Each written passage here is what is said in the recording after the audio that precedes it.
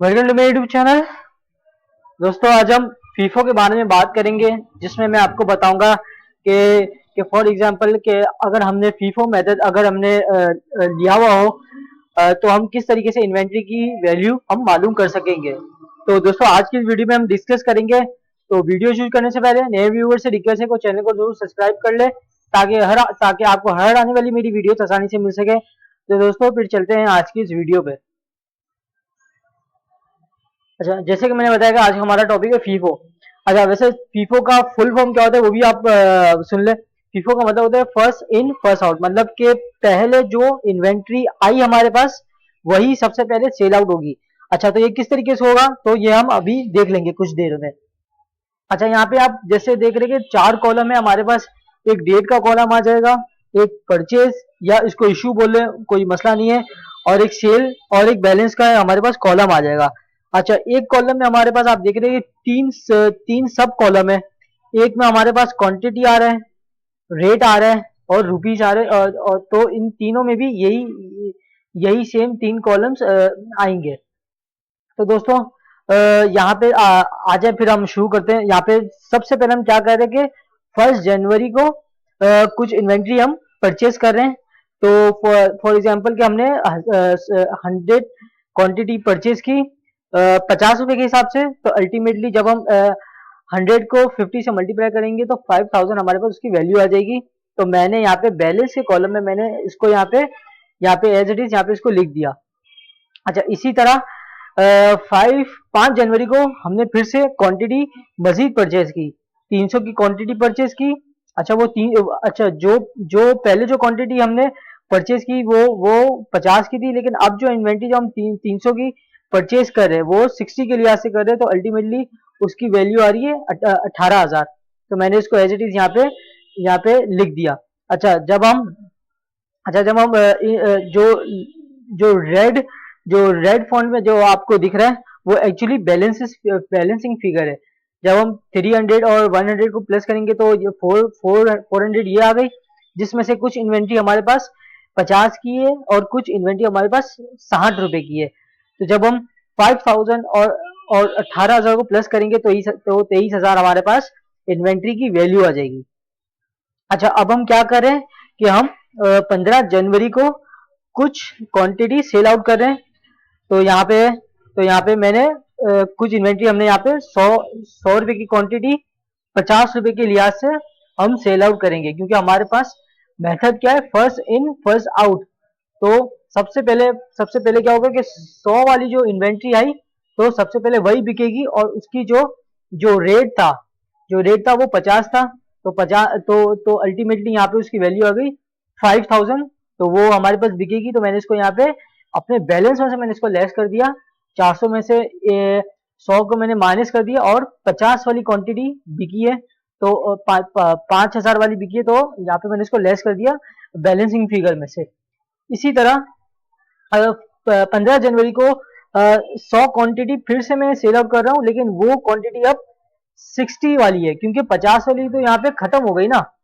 देखिए, यहाँ पे जो 100 वाली जो क्वांटिटी थी वो 50 के लिहाज से थी, लेकिन अब वो यहाँ पे सेल आउट हो गई है 50 वाली। तो अब ये जो 300 में से अब हम इन्वेंट्री को क्या करेंगे, सेल आउट करेंगे।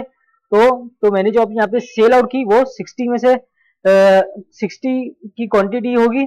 तो अल्टीमेटली 6000 वो क्वांटिटी उसमें से देंगे। तो यहाँ पे मैंने इसको बैलेंस में से मैंने इसको लेस करवा दिया। 100 को 60 वाली क्वांटिटी थी, तो 6000 वो हमारी वैल्यू आ गई। अच्छा, जो अब बैलेंसिंग फिगर क्या होगी कि 400 में से 200 मैंने माइनस कर दिए, सही है, जिसमें से 50 वाली क्वांटिटी तो बिल्कुल खत्म ही हो गई। अब जो 60 वाली क्वांटिटी है तो वो बैलेंसिंग फिगर में सिर्फ 60 वाली बिके, वो हमारे इस शीट में शो होगी। तो अल्टीमेटली जब हम 200 को 60 से मल्टीप्लाई करेंगे तो 12,000 हमारे पास रिमेनिंग बैलेंस आ जाएगा। इसी तरीके से अब क्या हो रहा है कि 20 जनवरी को फिर से हम मजीद इन्वेंट्री को परचेज कर रहे हैं। अच्छा, अब जो इन्वेंट्री जो हम परचेज कर रहे हैं उसका जो रेट है वो 70 है। तो अल्टीमेटली उसका जो टोटल आ गया वो हमारे पास है 35,000। तो मैंने अपने यहाँ पे बैलेंस में इसको अपडेट कर दिया।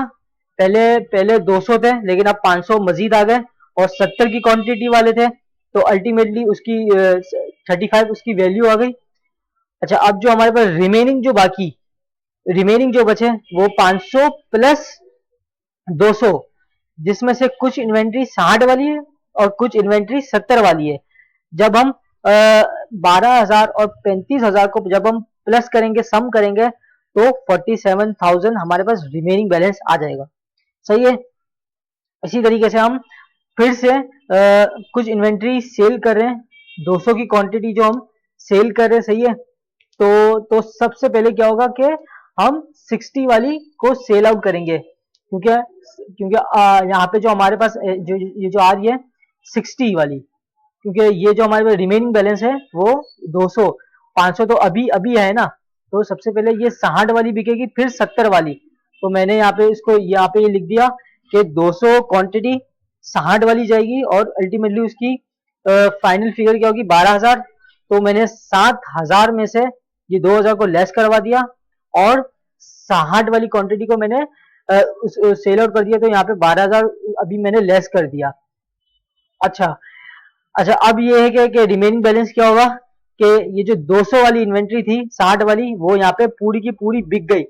तो अब रिमेनिंग में जो होगा वो 500 वाली होगी और वो पूरी 70 वाली होगी, क्योंकि 60 वाली तो बिक गई। तो जब हम इन दोनों को मल्टीप्लाई करेंगे तो अल्टीमेटली हमारे पास जो सम आएगा वो 35,000 आएगा। अच्छा, इसी तरीके से हमने कुछ इन्वेंट्री मजीद परचेज की 200 की, और जो उसका जो रेट था वो था 80। तो जब हम इन दोनों का मल्टीप्लाई करेंगे तो अल्टीमेटली 16,000 हमारे पास वैल्यू आ जाएगी। तो मैंने उसको यहाँ पे अपडेट कर दिया। 500 की ऑलरेडी मेरे पास पड़ी हुई थी, 200 की मैंने फिर से मजीद परचेज कर दी और 70 वाली पड़ी हुई थी, 80 वाली फिर से मैंने मजीद परचेज कर ली, तो 16,000 वाली मैंने इस मरतबा और परचेज की। तो बैलेंसिंग फिगर क्या आ जाएगी कि जब हम 500 और 200 को प्लस करेंगे 700 आ गई। तो जिसमें से कुछ इन्वेंट्री 70 वाली है और कुछ इन्वेंट्री 80 वाली है। तो अल्टीमेटली जब हम 35,000 और 16,000 को प्लस करेंगे तो हमारे पास जो बैलेंसिंग फिगर जो हमारे पास जो स्टॉक कार्ड में होगी वो होगी 51,000। अच्छा, अब क्या हो रहा है कि अब मजीद हम इन्वेंट्री सेल आउट कर रहे हैं 26 जनवरी को। 26 जनवरी को मैंने 200 की इन्वेंट्री फिर से सेल आउट कर दी। किस में से? ये 500 में से, क्योंकि 500 वाली अभी भी मेरे पास इन्वेंट्री बची है, जिसमें से 70 वाली को मैं सेल आउट करूंगा, क्योंकि फर्स्ट इन फर्स्ट आउट है। तो मैंने सबसे पहले ये 70 वाली मैंने दी, तो जब हम इन दोनों का मल्टीप्लाई करूंगा तो 14,000 आ गई। 500 में से मैंने इसको लेस करवा दिया 70, तो 14,000 आ गई। रिमेनिंग बैलेंस ये आ जाएगा 500, जिसमें से कुछ इन्वेंट्री जो अभी जो ये जो 500 में से 200 बिकी है ना, अभी भी 300 वाली इन्वेंट्री भी 70 पे बची है। तो इसके अंदर अल्टीमेटली इसके अंदर शामिल है 300 प्लस और ये 200 वाली 80 वाली। तो इसमें कुछ इन्वेंट्री 70 वाली है और कुछ इन्वेंट्री 80 वाली मौजूद है। तो अल्टीमेटली जब हम इन दोनों का सम करेंगे तो हमारे पास 51,000 ये आ जाएगी। नहीं, 200 वाली बिक गई, 70 वाली बिकी है, तो मैंने इसको 14,000 यहाँ से लेस कर दिया। तो अल्टीमेटली 500 बच गई, जिसमें से कुछ इन्वेंट्री 70 वाली है और कुछ इन्वेंट्री 80 वाली है। तो फाइनल आंसर जब हम 51,000 में से 14,000 को लेस करेंगे तो 37,000 मेरे पास इन्वेंट्री की वैल्यू आ रही होगी स्टॉक कार्ड में। इसी तरीके से अल्टीमेटली, अच्छा अब आखिरी जो second last day of the month में क्या हो रहा है कि फिर से इन्वेंट्री सेल आउट हो रही है 200 वाली। जैसे कि मैंने आपको यहाँ पे बताया कि 500 वाली 70 वाली भी इन्वेंट्री बची है, जिसमें से 200 ये सेल आउट हो गई। अब अभी भी इसमें से 300 जो कि 70 वाली अभी भी बची हुई है, तो मैंने आपको यहाँ पे क्या कर दिया कि 200 300 भी बची है ना, तो 200 को अभी फिर से मैंने सेल आउट कर दिया, लेकिन वो क्या होगी 70 वाली होगी, वो 80 वाली नहीं होगी, क्योंकि अभी भी इसमें 300 वाली इन्वेंट्री अभी भी बची हुई है। तो जब हम इन दोनों का सम करेंगे तो 14,000 आ गया। तो 200 को फिर 200 की इन्वेंट्री फिर मैं लेस कर दूंगा और 70 वाली लेस कर दूंगा, तो ये आ गई 14,000। अच्छा, जैसे कि इस 500 में से ये जो 70 वाली इन्वेंट्री जिसमें से मैंने ये ये और अभी भी मेरे पास 100 रुपए वाली इन्वेंट्री यहाँ पे बची हुई होगी, जो 70 वाली होगी, और 200 वाली अल्टीमेटली इसके अंदर शामिल है, 80 वाली। तो जब हम इसका फाइनल करेंगे, जब हम इसमें से इसको लेस करेंगे, तो मेरे पास इन्वेंट्री फाइनल इन्वेंट्री आ गई 23,000। तो दोस्तों, उम्मीद करता हूं कि आपको आज की इस वीडियो में पता चला होगा कि किस तरीके से हम फीफो मेथड को अप्लाई करते हैं, और आपने देखा कि किस तरीके से हम इन्वेंट्री को परचेज करते हैं और फिगर को किस तरीके से हम बैलेंसिंग करते हैं, बैलेंसिंग फिगर में शो करते हैं, और जब हम सेल्स कर रहे होते हैं किस तरीके से हम इसको रिकॉर्ड में से हम हटा रहे होते हैं। दोस्तों, आज के लिए इतना ही।